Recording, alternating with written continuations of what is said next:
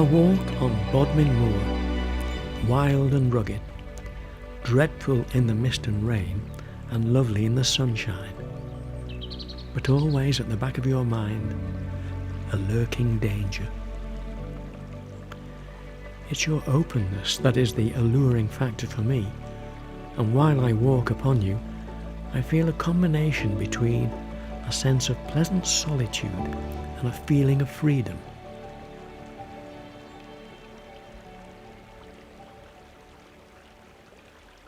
It's thought-provoking being here, knowing the history of Neolithic beings lie beneath my feet, and remains of their stone shelters there to see on the surface above.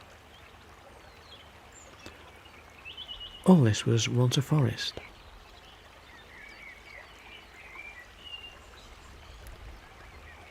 The rocks around Rotor paint a grey old picture. Slabs of granite strewn everywhere. Nothing really attractive about this, though undoubtedly the view from up there would be worth the scramble. But today I'm going to stick to the lusher edges of this rocky wilderness, where trickling streams flow accompanied by birdsong. These are the places for me.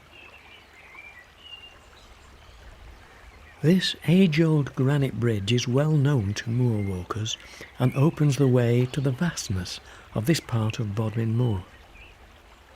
I just love the dappled effect made by the lichen.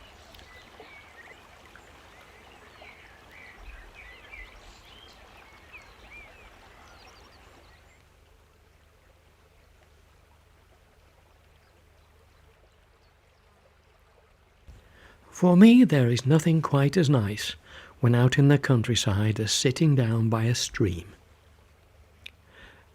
And there are plenty of them around the moor. Just here I took a rest to contemplate all that surrounds me. Breathing in the fresh air, carrying the fragrance from the yellow flowers of the gorse. Rich and sweet, while a willow warbler calls out for a mate, a song so synonymous of spring. It's mid-May, and all is new and fresh.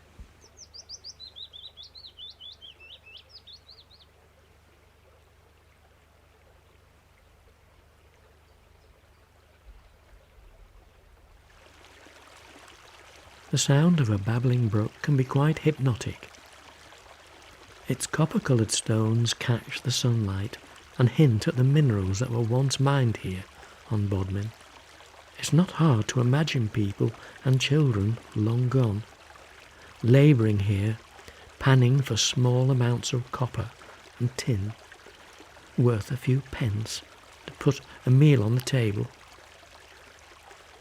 That's what people did away from the deep mines, in the days when these metals were creating wealth for Cornwall. That period was quite short-lived.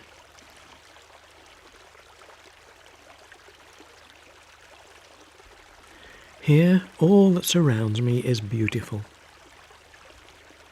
I must stop here for a little while, as my imagination pictures children paddling and sitting on this bridge. I know someone who would have loved to sit there. She's there now. History has left its mark all around me. This area beyond the bridge is part of an ancient settlement. I get lost in thought as my eyes gaze around these granite posts, into these small enclosures, and my eyes follow the trees and the grass-cloaked stone wall that nature has pleasantly reclaimed.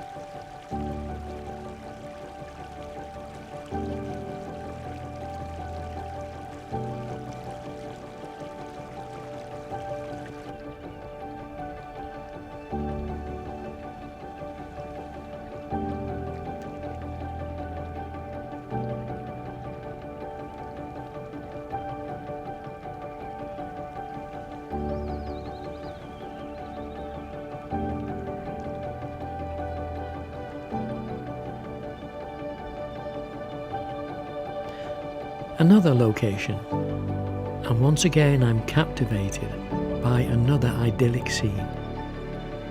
This Neolithic looking bridge exudes a spiritual influence. If I were a spirit, I'd definitely come here and wade in.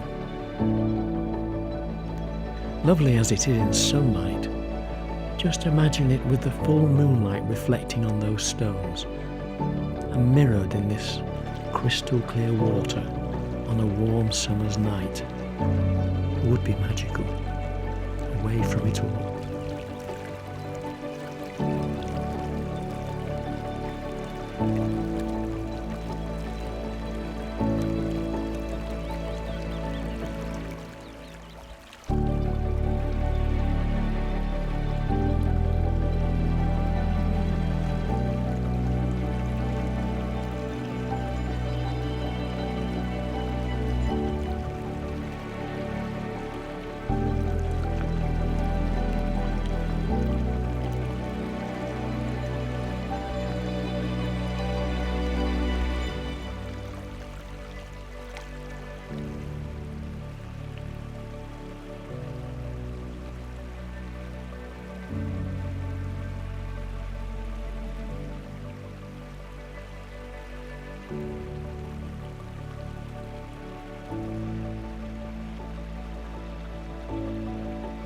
The running water can drown out the surrounding sound, except that of another willow warbler singing close by.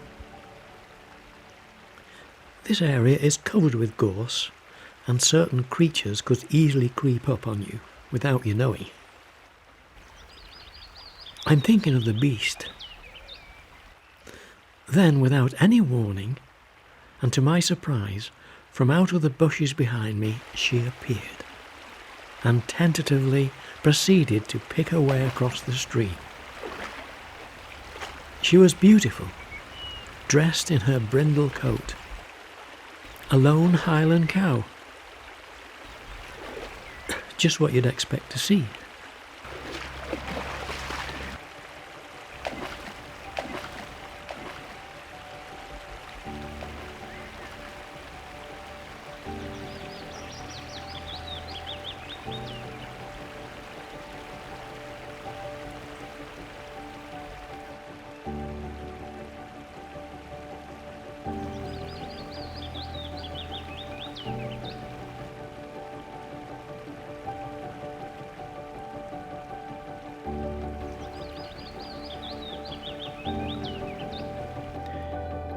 Here the streams and brooks on the peripheries of the moor descend gently over the miles with a pleasing babble into rivers.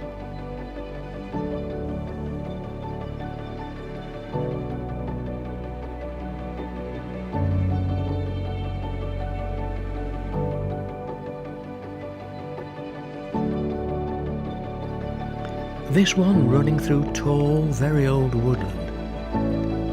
Here it starts to fall through a rocky, narrow ravine, creating stronger currents, twisting and rushing over rocks under a cool canopy of trees.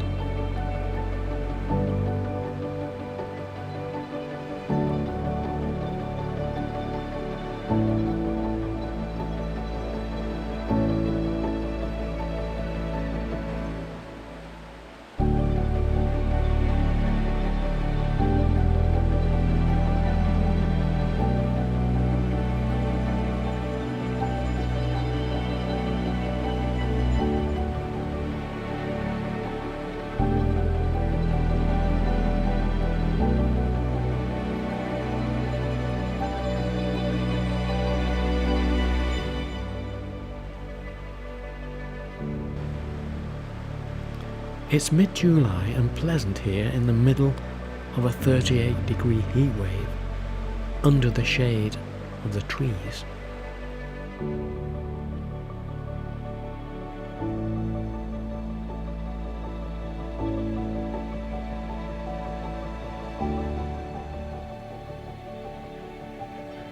Back on the moor, all is exposed to the heat. I'm here looking for ponies and their foals, usually near these stone circles. but not one in sight today. And there's no cooling breeze. It's uncomfortably hot. Quite silent.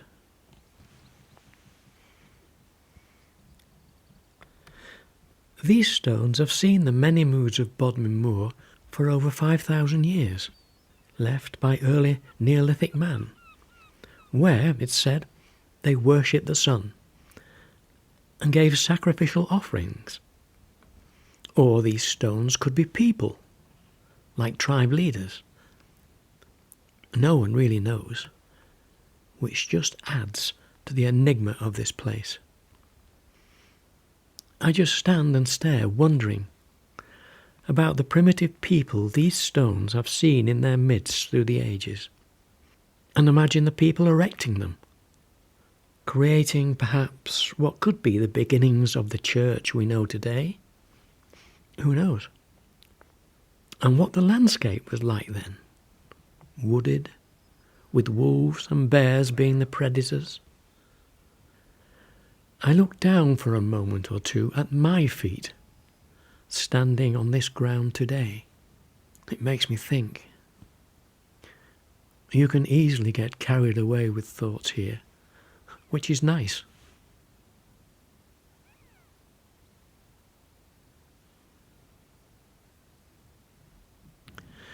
Looking out, like this stone appears to be, towards another monument, remnants of a more recent Cornish history, a mine for tin or copper, a crumbling Cornish icon, shelter for sheep. I headed further into the moor looking for ponies. Laden with camera and tripod, I was wondering whether to proceed as the heat was overpowering and humid. I passed near Stowe's Hill and the iconic cheese ring, standing next to its wind-blown companions.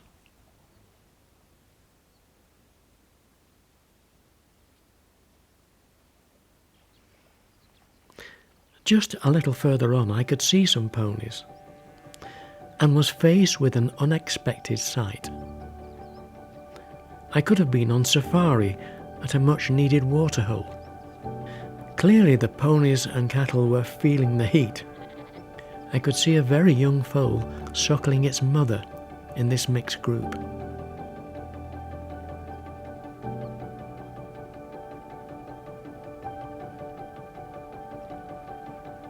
Shortly after, its mother must have gone into the pool to cool down, and the foal had followed, at times dangerously out of its depth. Quite amazing to see it swimming around its mother, and to say the least, unusual.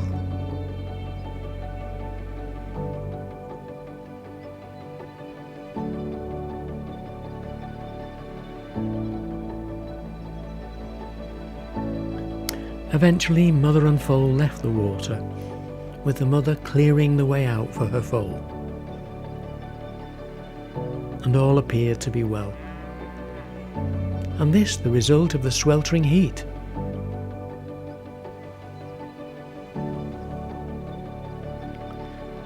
Making a video about Bodmin Moor without including its integral free-roaming livestock would amount to a recipe without a vital ingredient. They help to maintain its open and mainly cropped appearance that we all enjoy. And despite, with the ongoing drought conditions, the ponies here look in fine condition. They're a tough lot. They have to be.